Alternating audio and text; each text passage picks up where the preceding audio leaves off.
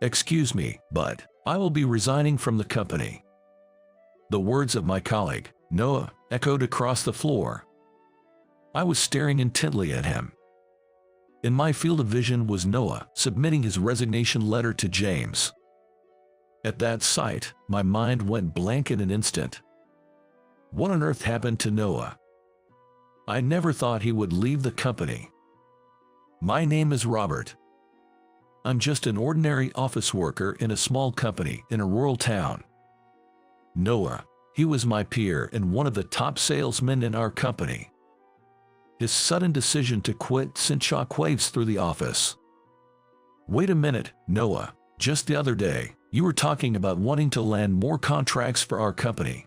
James's voice, trying to stop him, was unusually loud.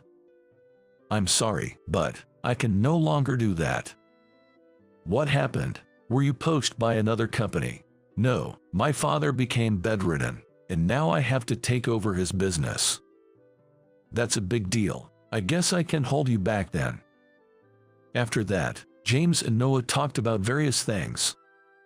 But my head was so full of the fact that Noah was leaving that I couldn't eavesdrop on their conversation anymore. I met Noah a few years ago at our company's orientation. After the president's long speech, Noah, representing the new employees, started saying something like this. "Everyone, I look forward to working with you for the year." The president's speech was quite lengthy, so I'll keep this short.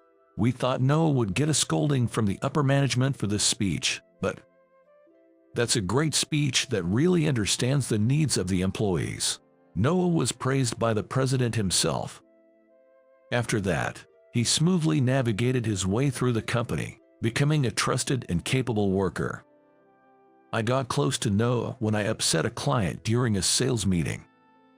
At that time, Noah came to my rescue, defending me from the angry client.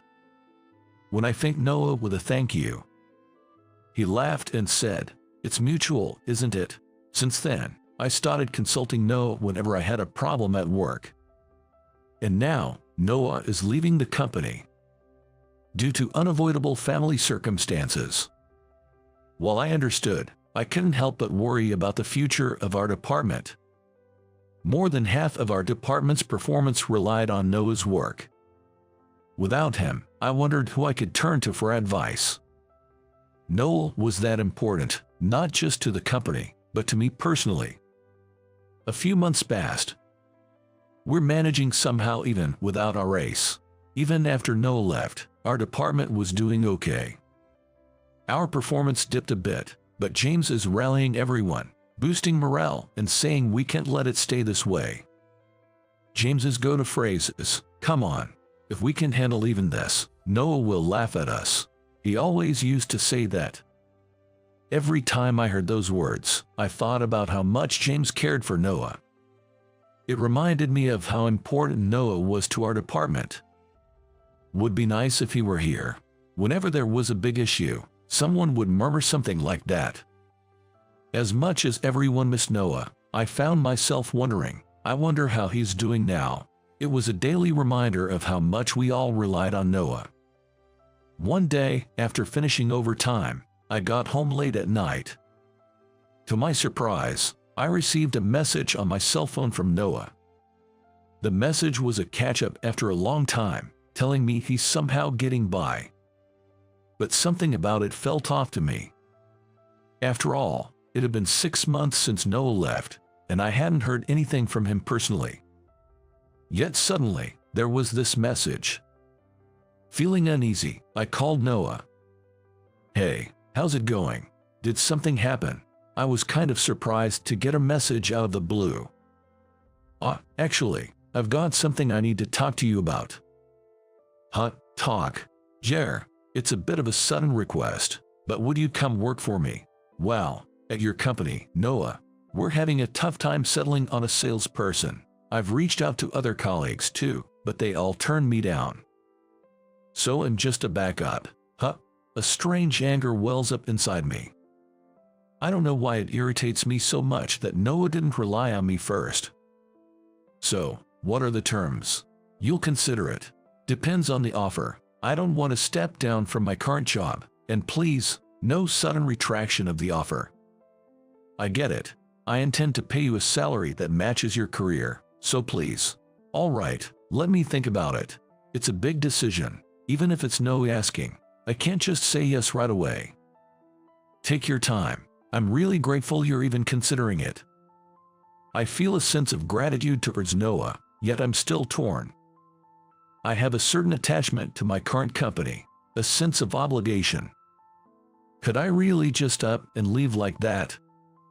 For Noah, it's a family situation. Leaving the company seems unavoidable. But it's different for me. Sigh, what should I do? I'm troubled, pondering my future. The next day, my mind is still full of thoughts about switching to Noah's company. I can't decide just yet. Hey, what's up? You look troubled, Robert. Amelia, a junior colleague, speaks to me. She's friendly and calls me senior, but she's like the office idol here. Just talking to her draws the ire of her fans, who then secretly harass me. So I usually keep my distance from her.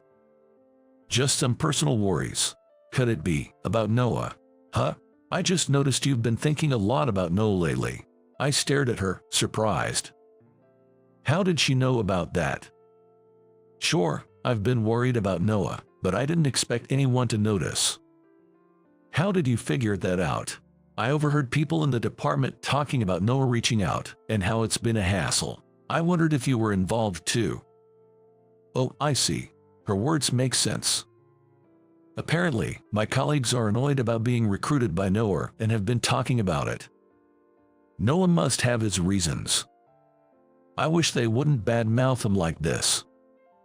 Did he approach you too? Yeah, kind of. It feels like he's asking me as a last resort since others have declined. That doesn't sound like Noah. Amelia's remark makes me pause. Indeed, why would Noah specifically reach out to former colleagues like this? He could easily find people through job agencies or local industry contacts. I wonder if there's a reason he's targeting people from this company. That's a bit concerning. We exchanged glances, both puzzled. But then, an unexpected disaster was about to strike. Sorry, but could you quit your job for Noah's sake? Oh, what are you talking about?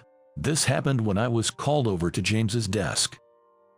You know Noah is in a tough spot, right? I want to support him, but I can't leave this company.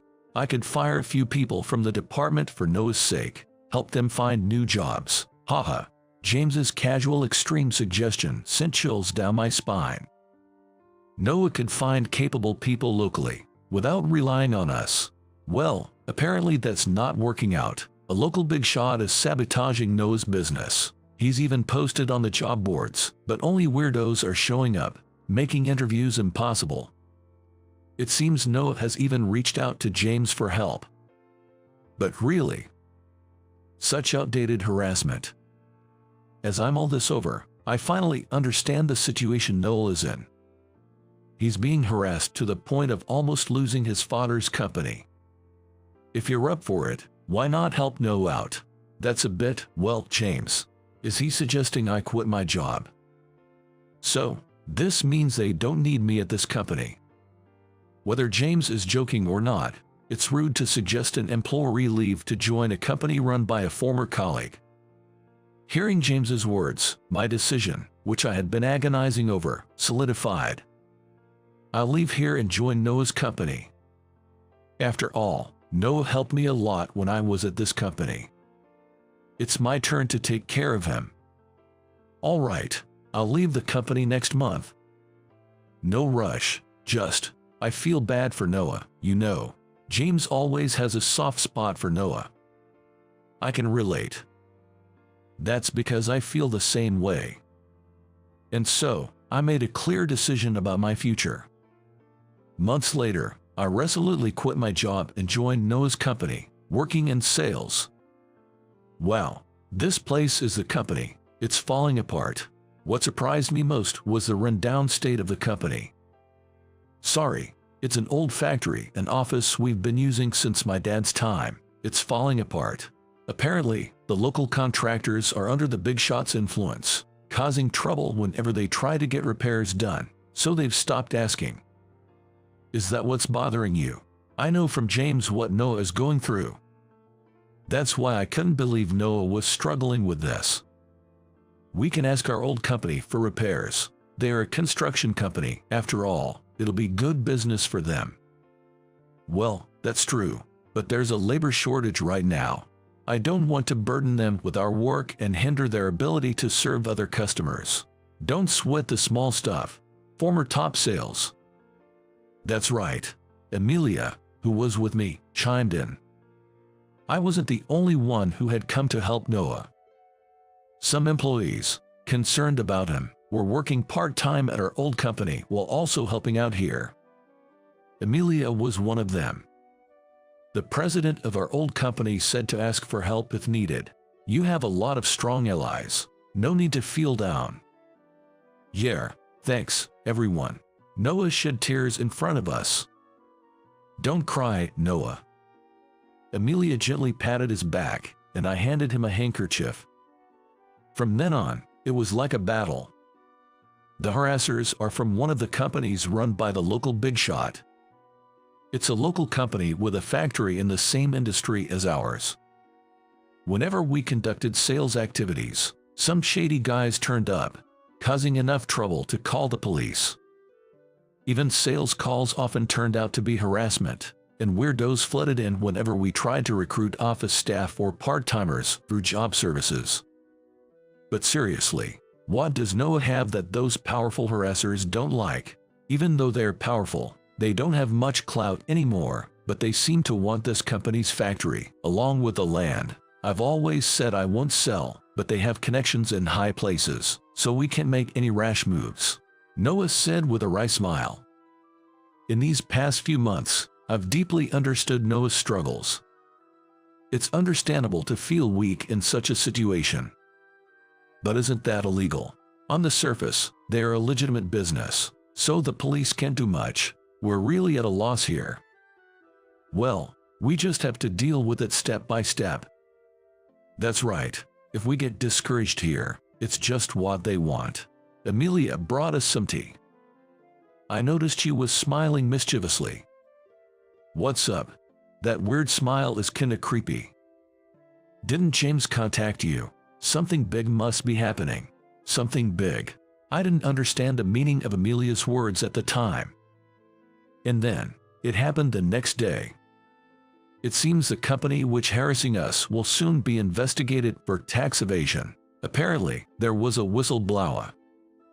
Later, we found out that the informant was James from our old company. Apparently, James's wife's friend worked part-time at that harassing company.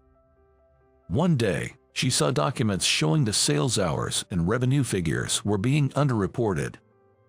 By chance, James's wife was consulted about it, and she informed James, who then reported it to the tax authorities. Such a terrible and malicious company. No doubt, a lot of their misdeeds would come to light.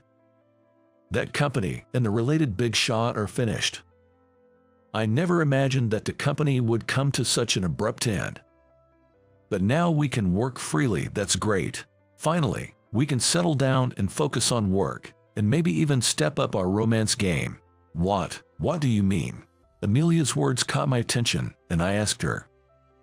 What do you think about a woman who follows the guy she likes to his workplace? The office idol asked with a beautiful, meaningful smile.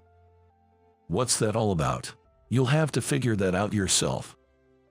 No couples have married from the workplace yet, but we might soon have our first one from our company. Noah, watching us, smiled contentedly. Seeing Noah smile so happily made me smile too. You haven't smiled like that in a while. Seeing him like that, I renewed my resolve to work hard at this company for Noah's sake.